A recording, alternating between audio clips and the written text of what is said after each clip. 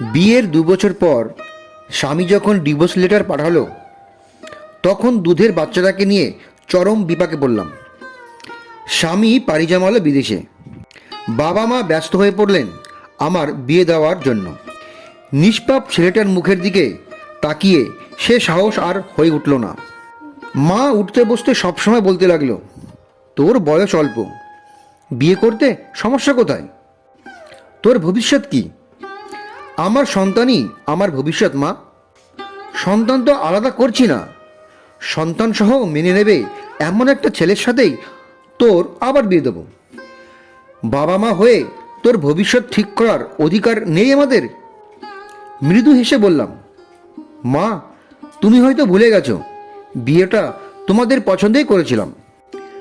মা ব্যথিত হয়ে বলল, আমরা বুঝতে পারিনি রে মা, ছেলেটাকে ভালোই ভেবেছিলাম।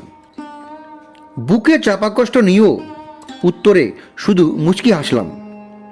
মা আমার কপালে হাত বুলিয়ে বলল, জেদ করিস না রে মা, আমরা তো সারা জীবন থাকবো না, তোর কি হবে?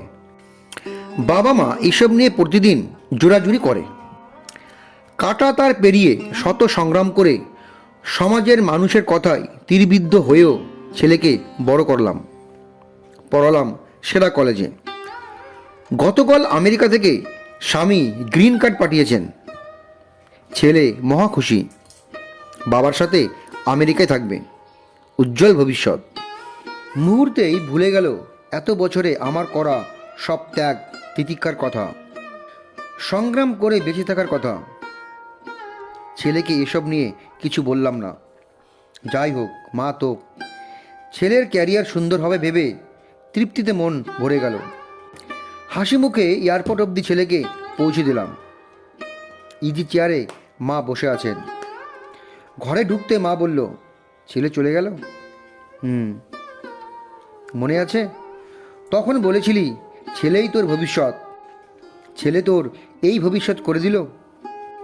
তাতে কি, ও ভালো থাকবে এই তো অনেক।